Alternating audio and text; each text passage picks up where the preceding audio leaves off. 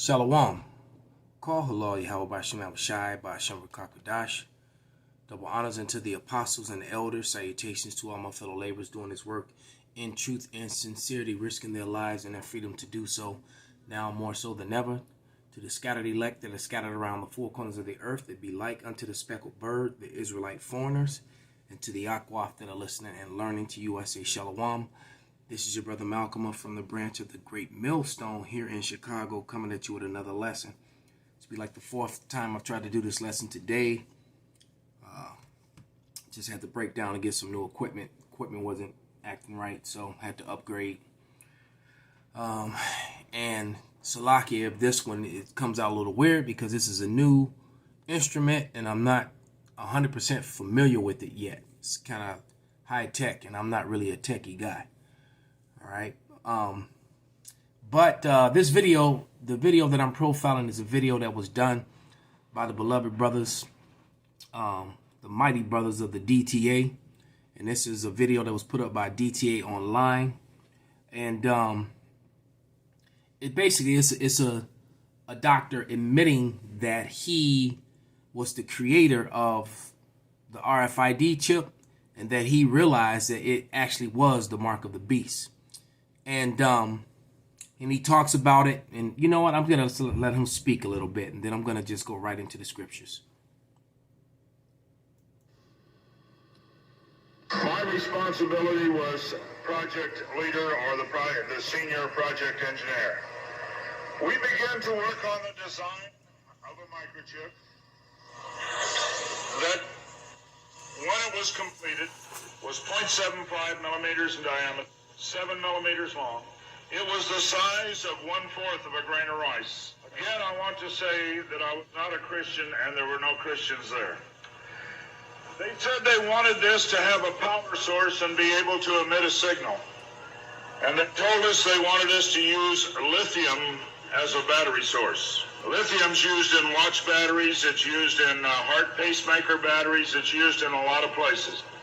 I designed into this microchip a little charging circuit that would charge that battery.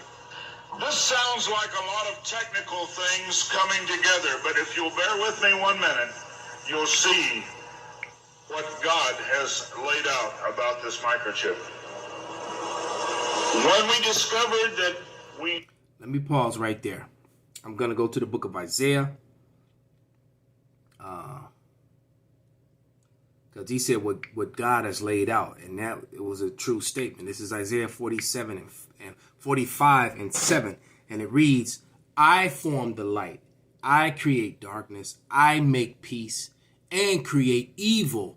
I, Yahweh, I, the Lord, do all these things. So Yahweh, who the world ignorantly calls God or Jehovah, is responsible for good and evil. You know, unlike they teach you in the Christian church that that Satan is some rogue, angel with a band of rogue angels with him, and the Lord is is pacing back and forth nervously in heaven, trying to figure out what he's going to do to stop Satan. No, Satan is a loyal servant of the Lord on the left-hand side. He does the evil that the Lord allows him to do and tells him to do. It's point blank, period. You can go to Job, 1st and 2nd chapter, to get an account of that. Also, there's an account, I believe, in Kings or Chronicles, when it talks about, how the band of spirits, the whole story with Ahab. All right. And he sent a lion spirit, and it talked about how the spirits, the angels, were on the right hand side and the left. So there's your left and right hand side. But back on to what he's saying. And this guy is saying, I'm going to go to Proverbs, the 5th chapter and the 21st verse. And it reads, for the ways of a man are before the eyes of Yahweh, and he pondereth all his goings. All right. So the Lord decides what you're going to do. Man knows not what he's going to do, man. Who you're going to love, who you're not going to love. The woman you're going to end up with, the woman you're going to not end up with. You know, the Lord, you think that you're making decisions, but the Lord directs your decisions because it's his story. It's his book. All right. It's his theater. All right. And we're all just pawns in his game. All right. You're either a favorite pawn or you're not. All right. So let's let him speak a little bit more. Needed to know, we needed to be able to charge that battery. I needed a temperature change, a change in temperature to cause current to flow through that little charging circuit that would charge the battery. So we began to investigate and find out where in the body does the temperature change the most rapidly. We spent over $1 million in taxpayer money, and when the results came back, there was a lot of information. We divided it up amongst 3 teams, and then came back together with that information. It was determined that there were 2 places in the body that were ideal for the microchip. One was just below the hairline on the forehead. Every mother checks their child's temperature right here. So we could have paid the mothers $1 million and saved I never saw a mother check their child's temperature on their ankle. Always right here. The other place was the hand, the right hand preferred. Hey, let's stop right there. This is Revelation 13 and 16. And it reads, he calls of all, both small and great, rich and poor, free and bond, to receive a mark in their right hand or in their foreheads. This is not a coincidence. This is not an accident. The Lord set this up. The Lord is 2 millennia ahead of you in a chess game. All right? He said things that his prophets wrote down and spoke about that were 2,000, 3,000, 4,000, 5,000 years ahead of you in a chess match. All right? The Lord is cold, man. He's everything. That just pondering that thought is mind blowing within itself. Let's go to the book of Psalms 37. This is Psalms 37, and I'm going to start at verse 23. And it reads, the steps of a good man are ordered by Yahweh, and he delighteth in his way. Though he fall, he shall not be utterly cast down, for Yahweh upholdeth him with his hand. So that's talking about men who are righteous, even though they fall or they may do some wickedness. The Lord is going to lift them back up because why? Because it's in his game plan. It is written. He's exempt. That's I believe that word is quiet, if I'm not mistaken, in Ezekiel 9 and 4. Don't quote me on that 100% because I can't. But it's Ezekiel 9 and 4, where it says, and the Lord said, and Yahweh said unto him, go through the midst of the city, through the midst of Jerusalem, and set a mark. This is a different mark from the mark in Revelation 13 in 13th chapter. All right.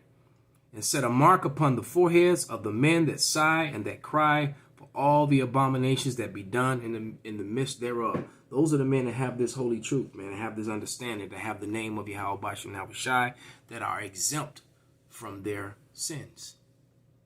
And that's a very small sanctuary as compared to the rest of the rest of the world of Israel, and the rest of the world, oinkameni, meaning all the other inhabitants of the earth. The rest of them as well. All right. So back to Psalms 37 again. And verse 23. And it reads, the steps of a good man are ordered by Yahweh, and he delighteth his way. Though he fall, he shall not be utterly cast down. For Yahweh upholdeth him with his hand. All right. And that's what we're going to need in this hour of temptation that's coming ahead, man. Okay? There's no way around it, because you don't have free will. You're going to do the will of the Lord, even though you may think that you're doing it yourself. All right. This is going back to Proverbs 20, Proverbs 20. And let's read 24. And it reads, a man's goings are of Yahweh. How can a man then understand his own way? You don't know what you're going to do. You might have it in your mind to do one thing, and the Lord will have you do something completely else, man. All right? Hey, so with that, just want to make it very clear that there is no such thing as free will. All right? This man, through the will of the Lord, was the instrument, was the soul, the creature that created the instrument that's going to bring on utter destruction to Babylon and the whole world, and to those who take it, because it clearly tells you in Revelation the 14th chapter, Revelation 14 and 2, if I'm not mistaken. Oh, that's Judith. Revelation 14. Let me look at 2.